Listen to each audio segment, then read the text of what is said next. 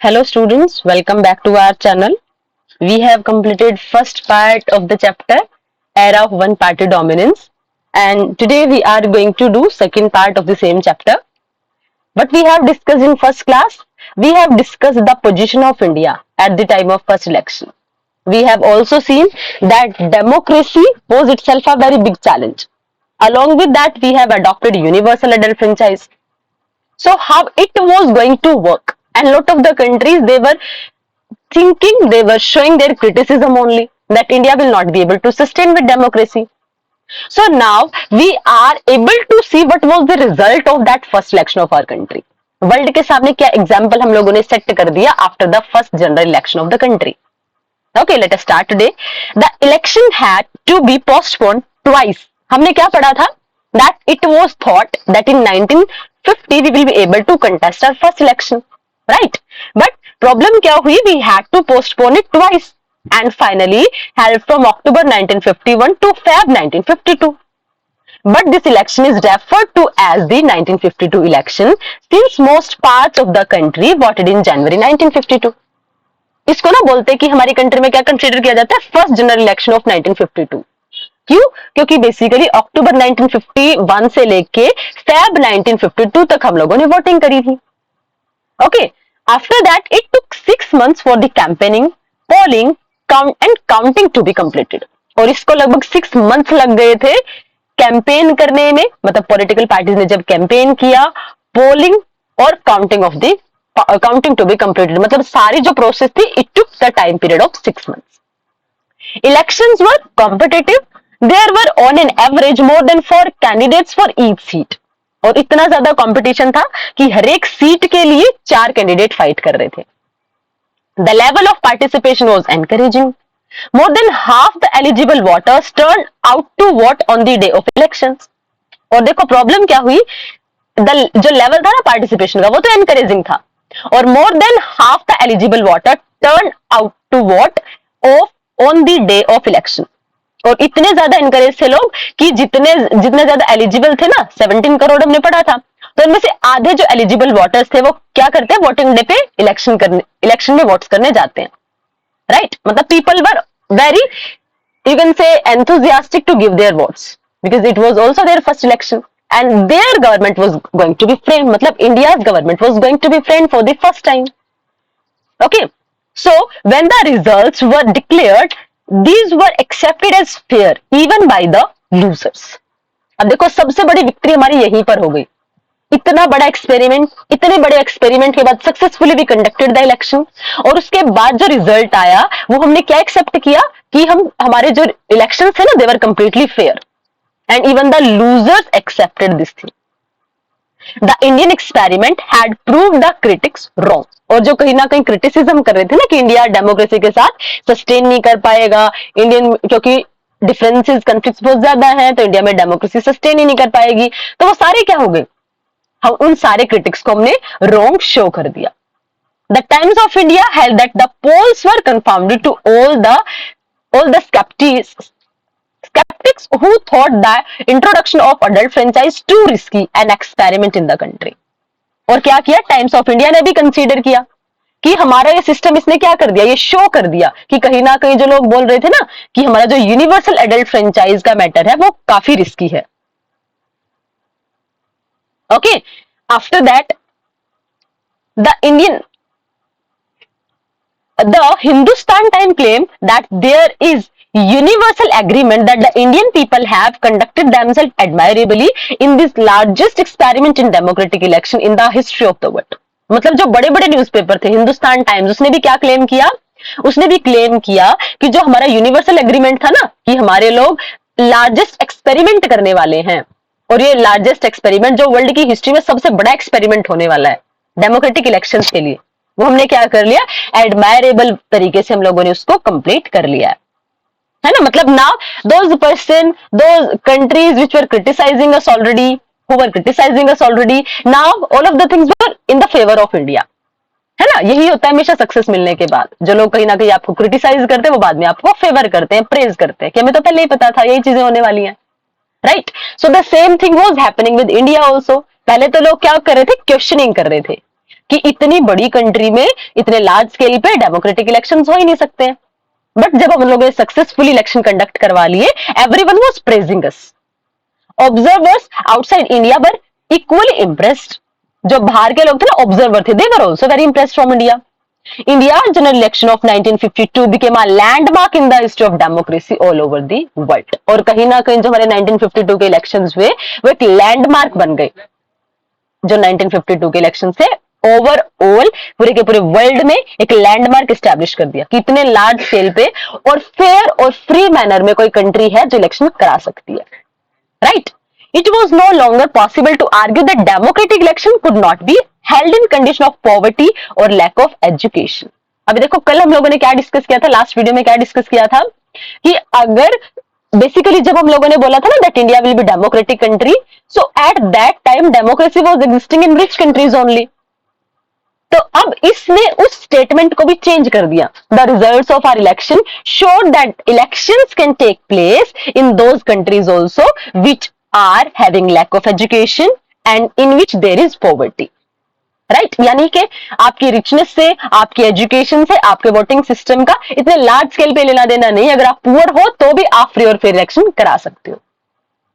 It proved that democracy could be practised anywhere in the world. और इसने क्या show कर दिया कि डेमोक्रेसी कहीं भी वर्ल्ड में प्रैक्टिस की जा सकती है। नाउ yesterday और last class we have left it changing methods of voting. अब देखो वोटिंग के मेथड्स कैसे कैसे चेंज हो रहे थे, कैसे कैसे चेंज हुए। आज के टाइम पे आप लोगों को सबको पता है EVMs are there, electronic voting machines, है ना। Any person who is eligible for voting, he और she has to press the button only in front of the name of the candidate whom he or she want to give his or her votes. But EVM directly तो नहीं आ गए थे ना हमारे first election में। तो अब देखो क्या हो रहा था, this day we use an electronic voting machine to record voters preferences, but that is now how we started. इसी के साथ तो हमने स्टार्ट नहीं किया था। In the first general election, it was decided to place inside each polling booth a box for each candidate with the election symbol of the candidate. Polling आप लोगों ने सुना होगा ना, पोलिंग जो होते थे, आपने बैलेट बॉक्स वगैरह ये सारे नेम सुने होंगे, है ना। तो वहां पे क्या कर दिया जाता था, बेसिकली जब इलेक्शंस हुए तो एक बॉक्स रख दिया गया और उस बॉक्स पे क्या था, ईच कैंडिडेट जो इलेक्शन फाइट कर रहा था तो उसका सिंबल था। क्योंकि हमने क्या पढ़ा, most of the population of India was illiterate, तो अगर नाम लिखते तो मे बी हमारे कंट्री के लोग उसको आइडेंटिफाई नहीं कर पाते। तो हमने क्या किया, उसका सिंबल लिख दिया था उस पर्टिकुलर कैंडिडेट का जो इलेक्शन फाइट कर रहा है। Each voter was given a blank ballot paper which they had to drop into the box of the candidate they wanted to vote for. और हर एक को क्या दिया जाता था, एक ब्लैंक बैलेट पेपर दिया और उस पर्सन को क्या करना पड़ता था, सपोज मेरे को ब्लैंक बैलेट पेपर दे दिया, what I will do, I will put that ballot box in the box of that candidate whom I want to give my vote, right? About 20 lakh steel boxes were used for this purpose. और इसके लिए 20 lakh steel boxes use हुए थे। A presiding officer from Punjab described how prepared the ballot boxes. अब देखो कैसे एक presiding officers हैं पंजाब से जिन्होंने क्या डिस्क्राइब किया कि हमने बैलेट बॉक्स कैसे प्रिपेयर किए थे। Each box had to have its candidate symbol, हर एक बॉक्स पे उसके कैंडिडेट का सिंबल होना चाहिए। Both inside the outside it and outside और either side had to be displayed in the name of the candidate. देखो हमने क्या पढ़ा, सिंबल तो होगा ही होगा, बट उसके साथ क्या होगा, उस कैंडिडेट का नेम भी होगा, Urdu, Hindi, Punjabi, along with the number of the constituency, the polling station and the polling booth। यानी वो सारी चीजें, सारी डिटेल मेंशन करनी थी। अब देखो कितना बड़ा टाइम कंज्यूमिंग टास्क रहा होगा ये। यानी एक एक आपको एक बैलेट बॉक्स बनाना है, आपको एक पर्टिकुलर वोटिंग बॉक्स बनाना है ना, एक बॉक्स, उस पर इतनी सारी इंफॉर्मेशन मेंशन करनी थी, राइट। उसके बाद the paper seal was the numerical description of the candidate sign by the presiding officer.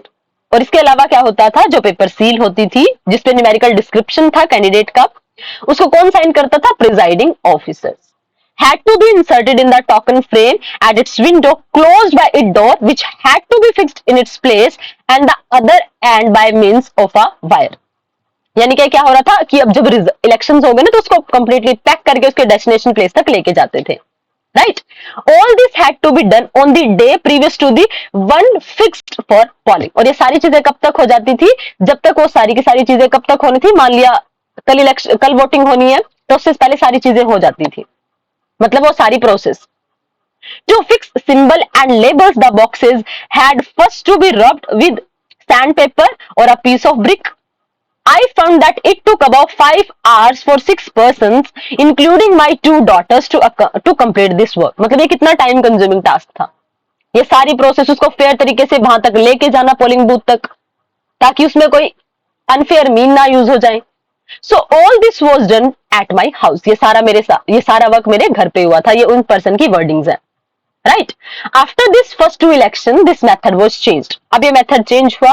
Now the ballot paper carried the names and symbol of the candidate and the voter was required to put a stamp on the name of the candidate they wanted to vote for. मतलब पहले election में क्या हुआ, पहले आपको वो ballot paper दे दिए गए, ब्लैंक बैलेट पेपर दे दिए गए, और वो ब्लैंक बैलेट पेपर उस कैंडिडेट के बॉक्स में पुट करने थे जिसको आप एज अ विनर डिक्लेयर करना चाह रहे हो।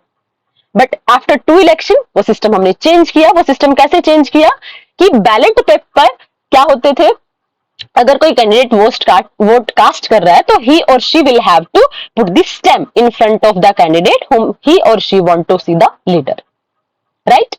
This method worked for nearly 40 years. Towards the end of 1990s, the Election Commission started using the EVM. By 2004, the entire country had shifted to EVMs. यानी EVMs बहुत ज्यादा पुराने नहीं है, 2004 में ही आए हैं, right?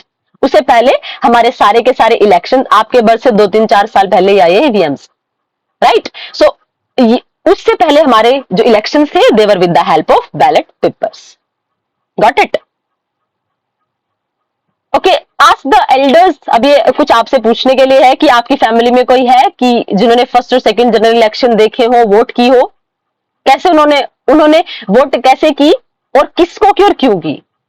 Is there someone who has used all these 3 methods of voting? कोई ऐसा है जिसने तीनों के तीनों मेथड, यानी स्टार्टिंग वाले बैलेट पेपर वाला भी, स्टैंप जो कैंडिडेट के सामने स्टैंप करने वाला है वो भी, और ईवीएम वाला भी। In which ways do you find the elections of those days different from the present ones?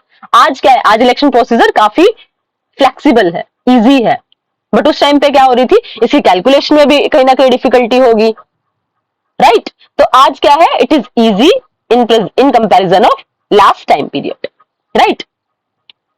So now Congress dominance in first 3 general election. अब हमने ये देख लिया कि इलेक्शंस हो कैसे रहे थे। Now we are going to study that how Congress was able to establish its dominance, right? First 3 general election. The results of the first general election did not surprise anyone. क्यों नहीं सरप्राइज थे भाई? Think upon the situation and recall the first chapter. We have studied now that most of the leaders of the Congress, they were the freedom fighters of India, right? In the freedom struggle of our country, they have contributed a lot. और जब वही लोग politics में आएंगे तो कहीं ना कहीं क्या होगा, कहीं ना कहीं people will favor them. That's why it did not surprise anyone. The Indian National Congress was expected to win the election, और already सबको पता था कि कांग्रेस इलेक्शन जीतेगी। The Congress party, as it was popularly known, had inherited the legacy of national movement. क्यों जीती election? क्योंकि उनके पास जो legacy थी, परंपरा थी, विरासत थी, वो किसकी थी? नेशनल मूवमेंट की। They have struggled a lot to gain the freedom. It was the only party then to have an organization spread all over the country. और यही वो इकलौती पार्टी थी जो पूरी की पूरी कंट्री में कहीं ना कहीं स्प्रेड हुई थी। And finally, in Jawaharlal Nehru, the party had the most popular and charismatic leader in Indian politics. और सबसे ज्यादा जो बोलते ना करिश्माई लीडर जो थे, करिश्मेटिक लीडर, वो इसी पार्टी में थे जो कहीं सबसे ज्यादा पॉपुलर थे। That's why they were easily able to attack the voters.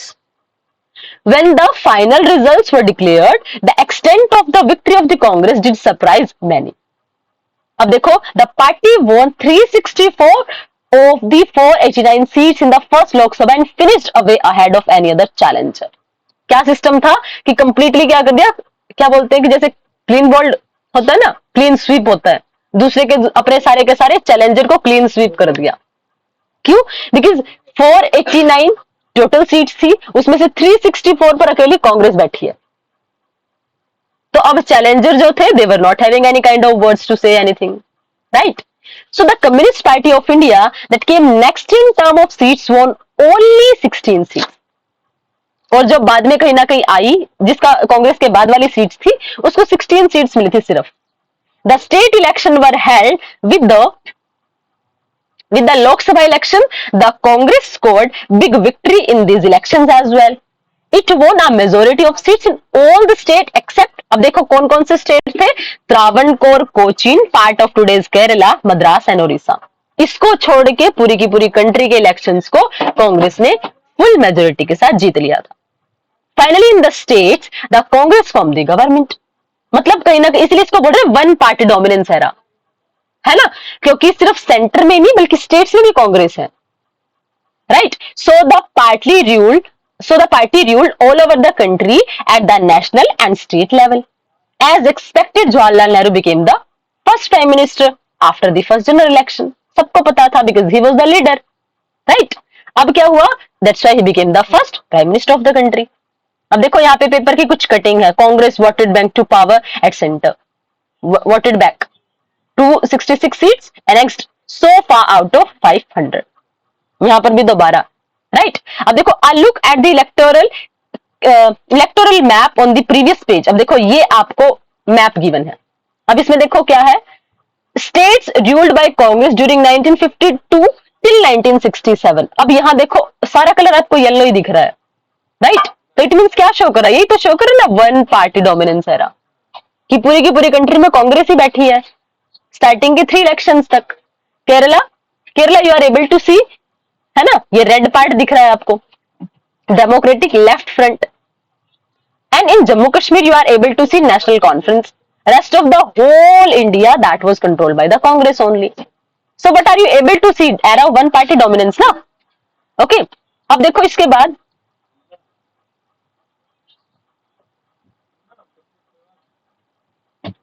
okay, just a second, कहाँ गए? Okay, electoral map on the previous page would give you a sense of the dominance of the Congress during the period 1952 to 1962. In the second and third general election held in 1957 and 1962 respectively. फिर क्या हुआ? After every 5 years we were having election. After 1952 there were election in 1957. After that in 1962. The Congress maintained the same position in the Lok Sabha by winning 3/4 of the seats. Again, the Congress repeated the same result. 3/4 of the seats were won by Congress only. None of the opposition party could win even 1/10 of the seats won by the Congress. यानी कि जितनी भी आपकी opposition वाली बच गई थी ना, जितनी कांग्रेस को अकेली को वोट मिली, कोई इसकी 1/10 वोट भी नहीं सिक्योर कर पाया था. In the state assembly election, the Congress did not get majority in few cases. और लेकिन फिर स्टेट में पोजीशन चेंज होना शुरू हुई थी. कुछ स्टेट्स में कांग्रेस को इतनी मेजोरिटी नहीं मिली, फ्यू केसेस में.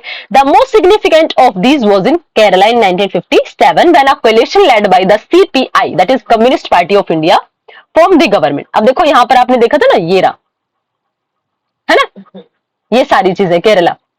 तो यहाँ पे क्या हुआ, हियर वी हैव सीन, देखो Kerala democratic Left front, it was a basically alliance, यानी कई सारी पार्टीज जब मिल गई थी तो उन्होंने क्या किया, they were able to make a coalition. Right. CPI formed by the government. After that, apart from the expectation like this, the Congress controlled the national and all the state governments. और सिर्फ इन कुछ एक दो केसेस थे, if you leave these cases, Congress controlled whole of the nation at the national level also and at the state level also. Right. The extent of the victory of the Congress was artificially boosted by one electoral system. The Congress won 3 out of every 4 seats, but it did not get even half of the votes. Right? अब देखो हमारी कांग्रेस को जो हमारी nation की जो Congress party है, nation की कांग्रेस पार्टी को क्या मिला था, out of 3 out of every 4 seats, मतलब 4 में से 3 सीट्स उन्हीं की हैं. बट लेकिन सरप्राइजिंग थिंग क्या थी, they did not get even half of the votes. And I think if you have studied chapter election and representation in 11th class, you are able to understand the reason behind it. क्यों? Because in our country we are having FPTP system, first past the post system. MP बनने के लिए क्या होता है कि आपको औरों के कंपैरिजन में ज्यादा वोट्स मिलने चाहिए. ये नहीं देखते आपकी आपको मेजोरिटी मिली है या नहीं. No, just to be a MP और MLA you should secure more votes in comparison of others. Right? अगर एक पर्सन को मान लिया 40% वोट्स मिले, दूसरे पर्सन को मान 38 वोट्स मिले, राइट, एक पर्सन को 2 ही मिले हैं और एक पर्सन को 20 वोट्स मिले, 20% वोट्स मिले हैं, तो आप क्या देखोगे, आपने ये नहीं देखा कि जो पर्सन है 40 वाला उसकी विक्ट्री इसलिए हो रही है कि उसको मेजोरिटी मिली है। नो, वी हैव सीन कि उसको औरों की कंपैरिजन में ज्यादा वोट्स मिले तो हमने उसको विनर डिक्लेयर कर दिया, right. So in 1952 for example Congress obtained 45% of the total seats, but it managed to win 74% of the seats. The Socialist Party, the second largest party in terms of votes, secured more than 10% of the votes all over the country. But it could not even win 3% of the seats. How did it happen? For this, you need to recall discussion about the first past the post method in your textbook, Indian Constitution at Work. यही system है जिसमें आप ये नहीं देखते हो कि किसको मेजोरिटी मिली है या नहीं, आप जस्ट चेक करते हो जितने कैंडिडेट्स इलेक्शन फाइट कर रहे थे उसमें से ज्यादा वोट्स किसको मिले, उसमें से ज्यादा वोट्स जिसको मिले हैं तो चाहे उस पर्सन को टोटल 20% ही वोट्स मिले हैं, लेकिन औरों को 19, 18, 17, 16 ऐसे मिले हैं तो आप 20 वाले को विनर डिक्लेयर कर दोगे। आप ये नहीं देखते कि 80% उसके अगेंस्ट में भी हैं। This system is known as first past the post system, and you all have studied it in 11th class. I think this system is also clear to all of you, क्योंकि 2 systems होते हैं ना, first past the post system और proportional representation. So India is having first past the post system. In this method of election that has been adopted in our country, the party that gets more votes than others tends to get much more than its proportional share. यानी कि आप just ये देखोगे कि आपको औरों से ज्यादा वोट्स मिल गई तो वो सीट आपको मिल जाएगी। प्रोपोर्शन में क्या होता है कि जितनी परसेंट आपको वोट मिली उसके रेशियो में ही आपको सीट्स मिलती हैं। That is the difference between FPTP system and proportional system. That is exactly what worked in favor of the Congress.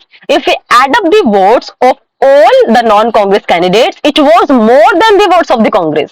मतलब आपने ये तो देख लिया कि कांग्रेस को ना औरों की कंपैरिजन में ज्यादा वोट्स मिले हैं। हमने ये एक बार भी चेक नहीं किया कि अगर आप एंटी कांग्रेस वाली पार्टीज को कंबाइन कर देते हो तो उन सभी की वोट्स जो होंगी कंबाइन करके वो कांग्रेस से ज्यादा हैं। मतलब बहुत सारे लोग ऐसे हैं जो कांग्रेस के अगेंस्ट है, but even then again and again Congress was able to frame the government. And why it was possible? It was possible because of the first past the post system.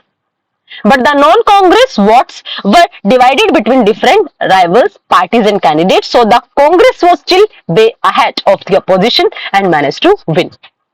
लेकिन वो जो सारी वोट थी ना जो कांग्रेस के अगेंस्ट थी, what was the reason of their defeat? That they were divided into different parties, different ideologies. And that's why Congress was able to win, Congress was able to form, Congress was able to frame the government again and again. Right? Hope everything is clear to all of you till now. If you are having any kind of doubt and query, you can ask your questions in comment section. I think you are able to understand the system, FPTP system also you are able to recall, and you are able to understand the position of Congress in first 3 elections. So what happened next? What was happening in the country? How we were able to conduct all these things? Some part that is left we will do in next video. Till then, keep learning, stay connected. Thank you. Thanks a lot.